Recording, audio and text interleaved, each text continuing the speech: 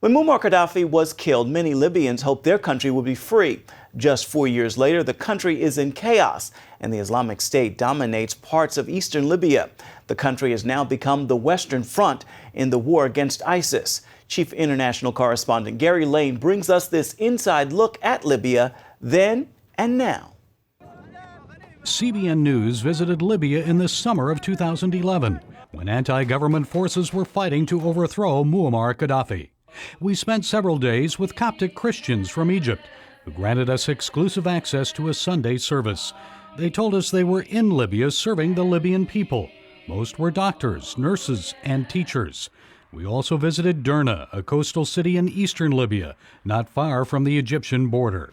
Of course, the people here in eastern Libya are elated to finally be free from Gaddafi, but they know their freedom comes with a cost, not only in war dead and wounded, but also they know there's a long struggle ahead to rebuild their government and their lives. Little did we know back then that the people of Derna would come to be dominated in 2014 by al-Qaeda and members of ISIS. This is what a grieving Libyan father in Benghazi told us he wanted back then.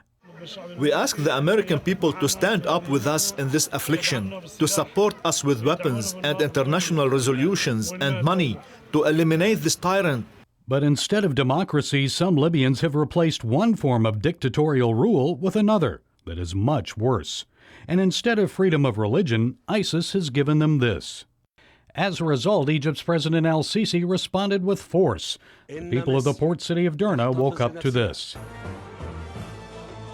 And as ISIS attempts to expand its reach and attack more foreigners, the war front is expanding.